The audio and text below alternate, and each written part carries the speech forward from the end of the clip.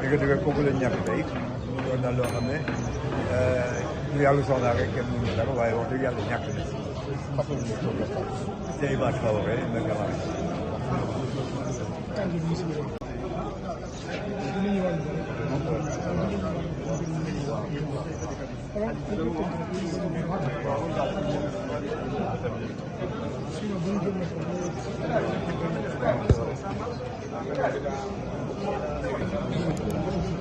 waaw man maa ngi tudd Alassane Beye frère Aline Badara Beye la ñoo bokk ndey ak baay yàlla def moom muy taaw man may caat c'est vrai que il nous a couvé il nous a encadré depuis sunu tendre enfance rawatina bi sunu waajur wu góor génnee àdduna en 1984 donc mu jël place su patriarche donc uuf na kon nag ñun dañu ñàkk nañu lu rëy ñàkk nañu koo xam ne yóbbu na famille Beye ak turu Mbéyeen ak sant Mbéyeen fu kawe loolu sant yàlla la beneen bi mooy li mu liggéey ci mbirum aada ak cosaan mbirum culture surtout ci mbirum mbind ñëpp xam nañu bind Aline Badara Beye dépassé na frontière du Sénégal yóbbu na turu Sénégal sore amoon fi nag ay cër yu am solo ci dëkk bi nekk fi ay PCA xëy na nekkul ministre waaye loolu ci bëgg-bëggam la woon ndax moo ko mosula bëgg donc muy jox ko lu mel ni festival mais aussi mu doon acteur boo xam ne dafa liggéey ci wàll yu bari ba nga xam ne aada ak cosaan egg na fa sori kon c'est le monde de la culture qui a perdu un ambassadeur un illustre ambassadeur mën nañu wax ni c'est un baobab qui s'est effondré man ni bokk ak moom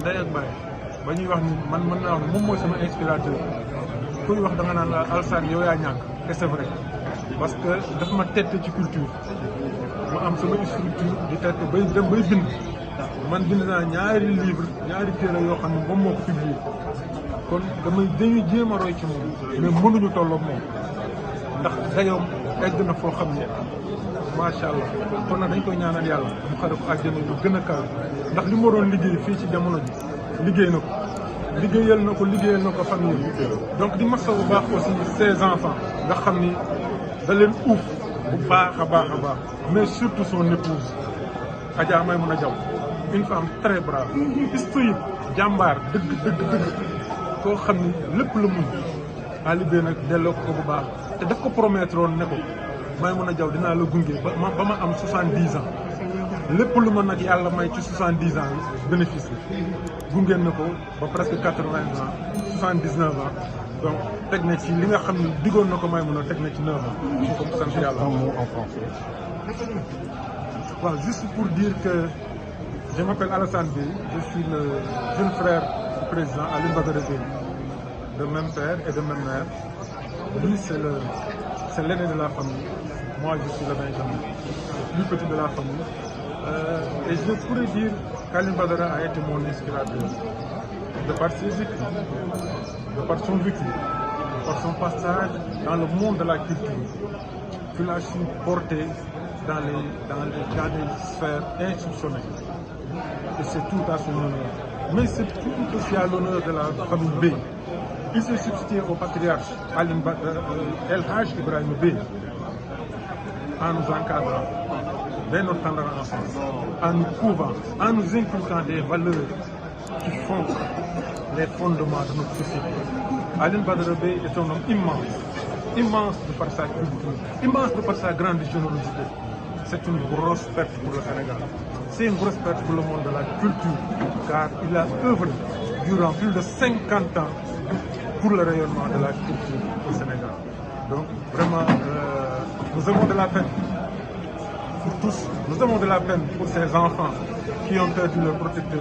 Nous avons de la peine pour son épouse, Adja Maïmouna Diaw, à qui Aline Badara avait promis de l'accompagner jusqu'à 70 ans. Il en a 79.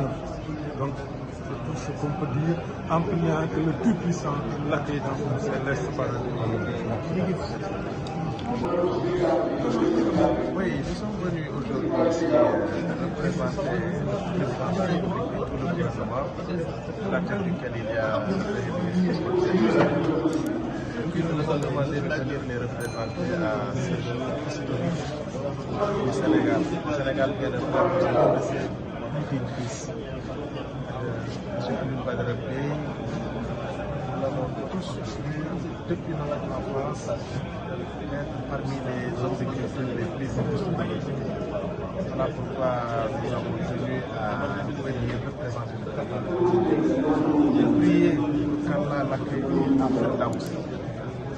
Nous le connaissions très religieux, ses relations avec Seydina Limamou Mahdi. Il ne cessait d'en parler dans presque toutes ses interviews. Nous présentons nos condoléances également de la famille Sey, de la famille de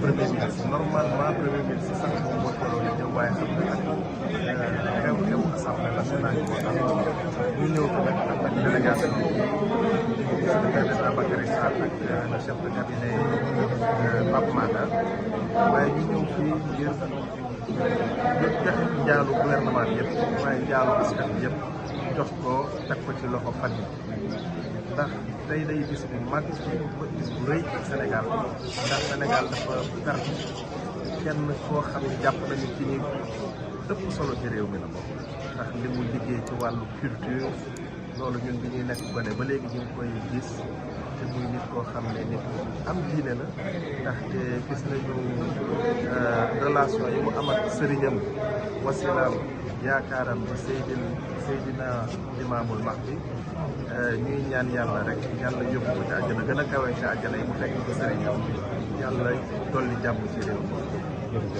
Merci beaucoup.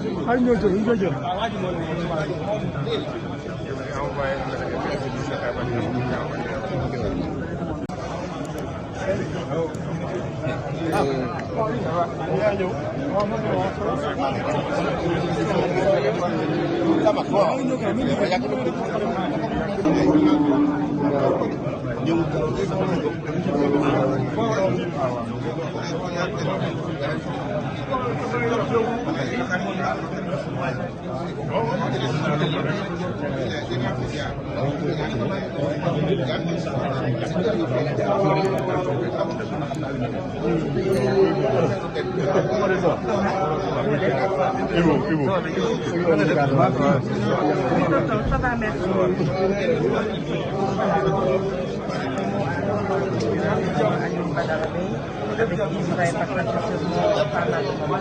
Alioune Badara Bèye, c'était un père et était aussi un ami, un doyen, un guide. Quand j'ai eu une relation récemment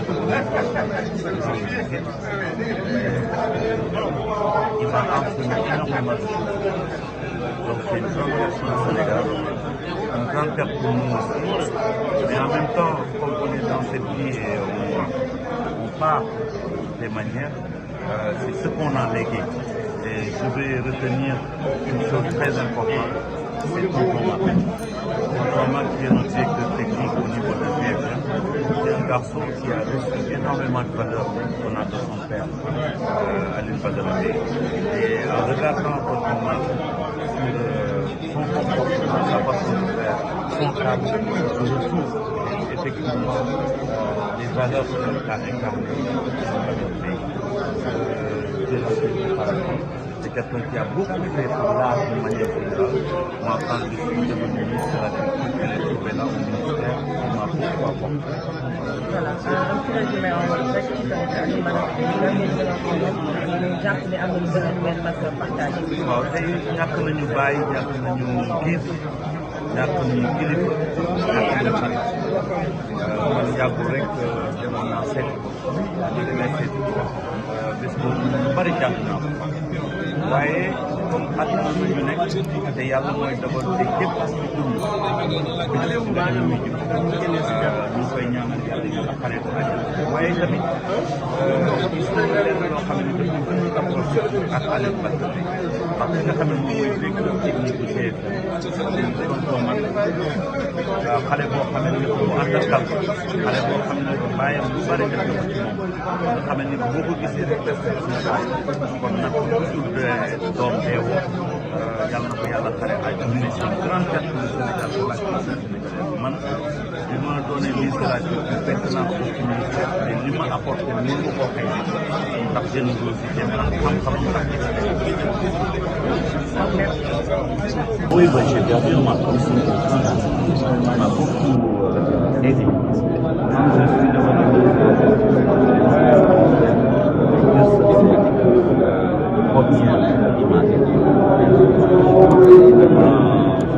Tout cela, on voit les niveaux de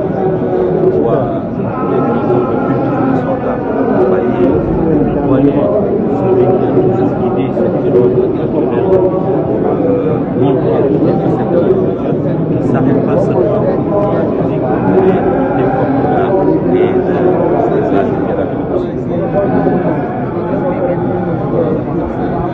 dëgg la tey moom ñàkk nañu bu mag xala nag kenn boo xamee ne ka bàyyi la woon xarit la woon mag la woon gidd la woon ndax mu sëpp ngeen ñu koy ñaanal yàlla nga xare ko àjjana boo xoolee doomam ji rek nga xam ne yàlla moo ñu boole tonton am nekk suñu directeur technique ci chef xale bu dal nga xam ne bàyyam def na ko bare xale bu dal xale bu mën a dégg xale bu mën a liggéey xale bu sawar boo xamee ne léppam famille Aliou Badara Bèye nag man sama mentor yàlla def na sax bi ma nekkee ministre de la culture fekk naa ko ci ministère bi mais kenn xamul mënul xayma nga xam ne def na ko ci man ba ma ñëwee ko sis boobu nekk boo xam ne ni baax boo xam ne lépp facette yëpp ñëpp xam nañ bindkat waaye ñun ñaa ngi fàttali pièces yi mu réalisé les films qu'il a poussé pour les réaliser là fépp ci àdduna présenté Sénégal vraiment perte bu mag la ñu koy ñaanal yàlla xare ko nag